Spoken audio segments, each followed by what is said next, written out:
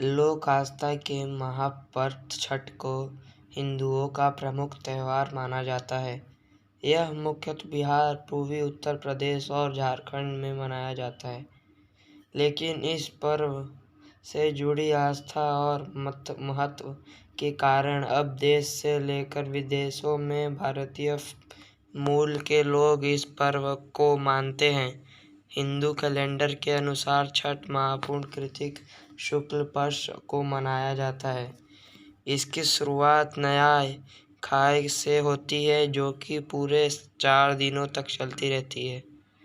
कुछ नहीं लगता, क्या बोला? इस साल छठ पर्व की शुरुआत 28 अक्टूबर 2022 से शुरू होकर 31 अक्टूबर 2022 को उसका अर्घ यानी उगते सूरज को अर्घ देने के बाद समाप्त होगी।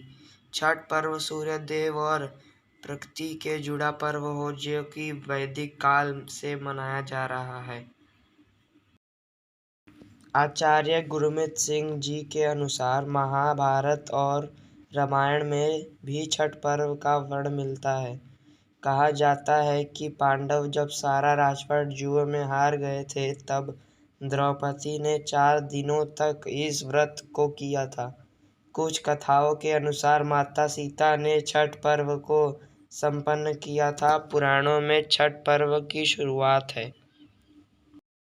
और महत्व को लेकर इसी तरह की कई कथाएं मिलती हैं।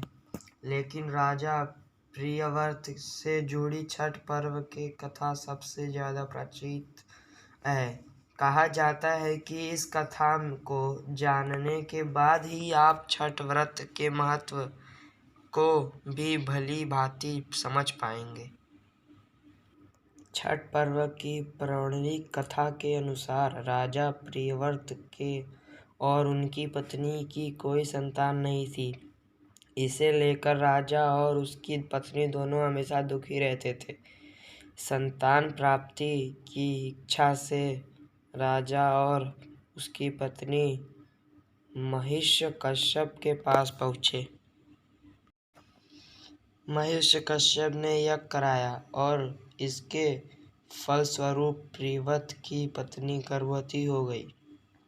लेकिन 9 महीने बाद रानी ने जिस पुत्र को जन्म दिया, वह मरा हुआ पैदा हुआ।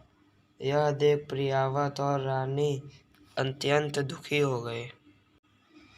संतान शोक के कारण राजा ने पुत्र के साथ ही शमशान पर स्वयं के प्राण त्यागने व आत्महत्या करने का मन बना लिया।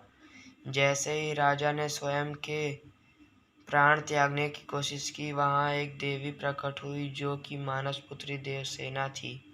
देवी ने राजा का कहा कि वो सृष्टि के मूल प्रवृत्ति के छठे अंश के उत्पन्न हुई है। उन्होंने कहा, मैं पुष्टि देवी हूँ। यदि तुम मेरी पूजा करोगे और दूसरों को भी इसके लिए प्रेरित करोगे, तो मैं पुत्र रत्न प्रदान करूंगी। राजा ने देवी पुष्टि की आज्ञा का पालन किया और कार्तिक शुक्ल पक्ष की षष्ठी तिथि के दिन देवी पुष्टि के लिए पूरे विधि विधान से व्रत रखाकर पूजा की। व्रत पूजा के प्रभाव और देवी पुष्टि आशीर्वाद से राजा को पुत्र की प्राप्ति हुई। कहा जाता है कि राजा कार्तिक शुक्ल पुष्टि को यह व्रत किया था और इसके बाद से ही छठ पूजा का आरंभ हुआ।